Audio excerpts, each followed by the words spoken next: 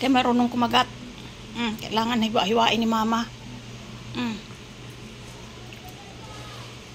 Clover. Ikaw haba.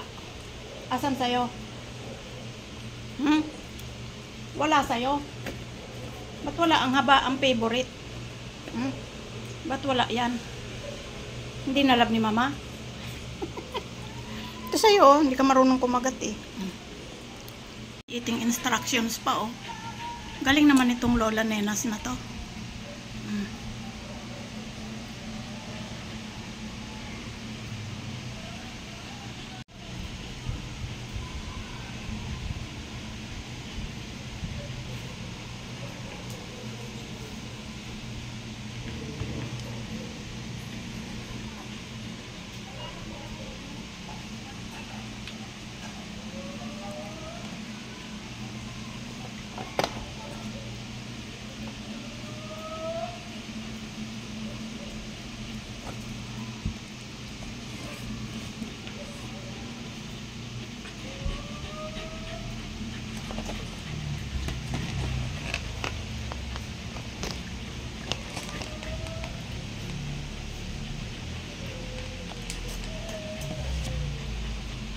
Balnaw ka na. Kulon na ikaw. Ito ang kulon. Balik. Ay, di bukas.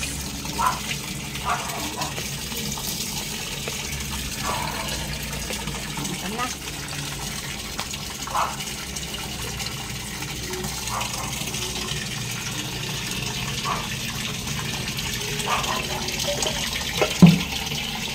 Akyat, akyat muna doon. Akyat. Magpatuyo ka muna dito. Dito. Akyat.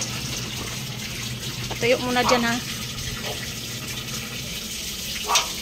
Ka munang pumasok sa loob. Tapos ka nang maligo. Huwag nang magdumi. Yan, pupunasan kita. Asa na ba yun? Oy, kayong dalawa. Dalawa pa kayo talagang nagmamarites dyan. Pongge. Pongge. Ayaw bumaba. Pongge. Dyan. Choco. Hahabol ka pa.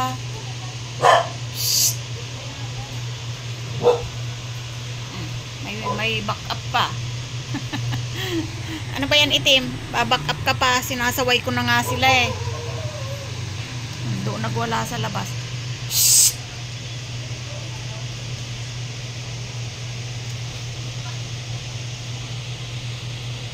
May dumaan lang eh. O, sasagot-sagot ka pa. Di ka na nasanay na may dumadaan. Sobra to. Tawag ka pa ng back up mo. Ano, full force? Tawag ka pa, samantalang si isang, ayan o, sarap ng tulog. Walang pake. Sang. Baba na dyan. Inggit ka lang eh, hindi ka makalabas eh. Inggit ka. Inggit ka baba, hindi ka makalabas. Bagong tusok ka eh. Huwag ka nang mag-arte-arte dyan. Wala, di ka lalabas. Baba. Hindi ka lalabas. Maldita ka eh. Shhh.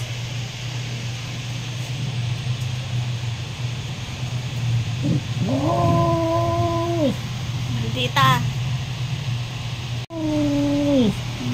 Maldita. Maldita. Ay, maldita ka. Makulimlim na naman. Huwag ka dyan sa labas. Makulimlim.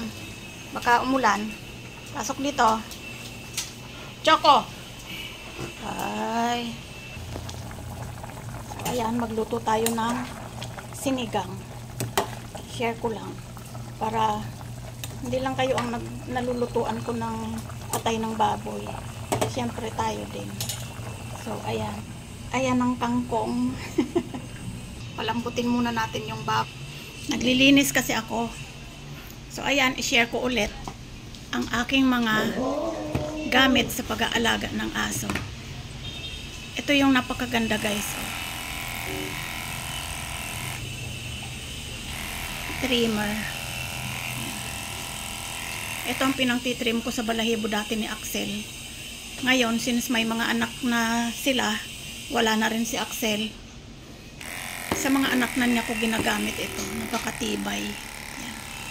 Rechargeable siya. Siyempre, yung aking brush na napakaganda. Pag ibinrush nyo yan, ayan o. Ang bilis lang tanggalin ng balahibo. Kusa siyang hihiwalay sa mga bristles. Yan. Hindi ka na mahihirapang tanggalin. Ito naman kay Choco, tsaka kay Haba. Dahil parang mga bulak ang balahibo nyo. Yan, yan, yung mga yan. Ang hirap i-brush. Siyempre, panglinis ng tenga. Ayan, tick buster pa rin. Gumagamit din ako niyan pero hindi madalas. Yan, vitamins. Dry shampoo kapag ganitong makulimlim, pwede sa kanila yan. Yan. Tapos, si Choco, dahil takot sa ingay, meron siyang pang-anxiety. Pero nireseta naman ito. Tsaka ito, oh. Kapag mali kasi guys ang pagpapaligo natin sa aso, pwede silang magkaroon ng luga. So ayan, hindi ko alam na may luga na pala sila kasi ako nagpapaligo dito sa mga dagul. Nalagyan siguro ng tubig yung tenga nila, kaya ito yung gamot nila. Yan. Diba? Kapag nag-aalaga tayo ng aso ay marami din namang samot-sari para ka ring may baby. Kasi kailangan mo din ng shampoo. Yan, shampoo yan. Para kay sa mga may kulay, yan. Para kay Haba. Yan. Para kay itim dahil maitim ang kanyang balahibo. So ayun, para na rin akong si-service ng pag-groom ng aso. Meron din akong panggupit ng kuko. Pero hindi ko naman magupitan, pinapagupit ko pa rin sa groomer kasi sobrang tigas ng kuko, hindi ko alam kung hanggang saan ba ang kuko nila. Yan, kaya minsan pa isa-isa lang ang gupit ko. Yun. Meron din silang yan. Para sa mga yung nagkakalyo-kalyo nilang mga post, yan. Parang ointment yan, nilalagay yan para hindi kumapal, parang ganon. Parang mga balabala ko ba, kanyan. Pero wala naman silang ganon. Minsan-minsan, nagkakaroon ng dry, pero pinapahiran ko kaagad para hindi lumala. Yan. Dami no, daming kailangan. Ayan. May powder, dry shampoo. Itong mga to nabibili lang to sa mga pet shop. Yan. Haba, bakit yan ka naman nagwiwi? Talaga tong mga to. Ayan guys, oh, kapag alam nilang hindi ka galit, magpapasawa yan, iihi yan dyan. Imbis na i-shoot dun sa pads, dyan talaga sa sahig. Ganon ang may alagang aso. Mga spoiled. Ba't dun ka naman umihi? Ba't nga dun ka umihi? Sasagot-sagot ka pa. Anong paliwanag dun? Tama ba yung ginawa mo? Tama ba yon? Na umihi ka doon, kalilinis ko lang. Hala, balik kayo sa kulungan. Balik. Ikukulong ko kayo maghapon talaga. Hindi nyo pa nararanasan maghapong makulong. Ikukulong ko kayo ngayon. Kahit na makulimlim ang labasan. Ayun o, yung mga pads na nilaban ko at basahan. Hindi tayo makakatuyo ng basahan kasi makulimlim, umulan. Hindi ko alam kung bakit umulan. Tag-ulan na ba? So, ayan. Naglilinis ako ng lagayan nila ng mga shampoo dito sa ilalim na to. Ayan. Kaya sila ay nagpapasaway din. Meron nga pala silang panglagay sa pag-aalis. Ayan, mga necktie. Hindi ko naman nagagamit. Kasi nga, hindi naman kami nakakaalis dahil walang tumatanggap na grab sa'yo. Ang laki-laki mo daw. Yung pet grab may area lang. Yun. Pag wala tayong sariling sasakyan, tenga kayo dito sa bahay. Shh! Punggok! Huwag umihi dyan. Halika dito. So, ayan. Sagot ka pa ng sagot. So, lilinisin muna natin yung ihi niya. Ayan, oh.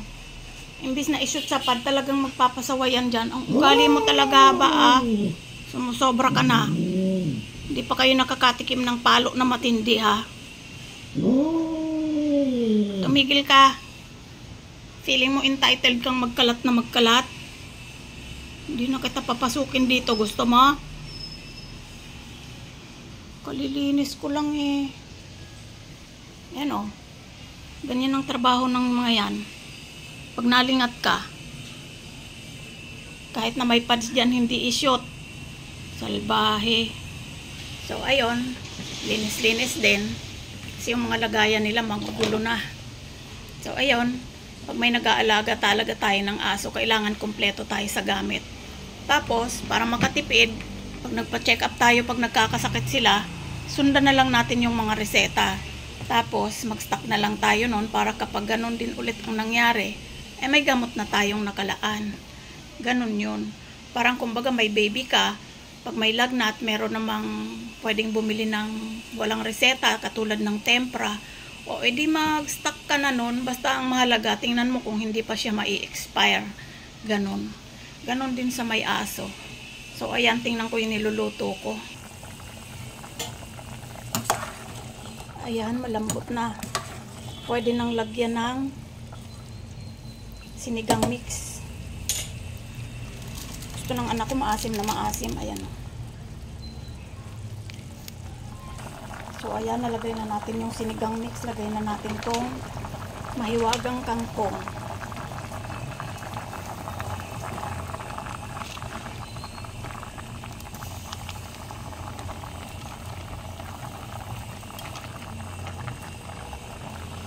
Ayan, takpan muna natin.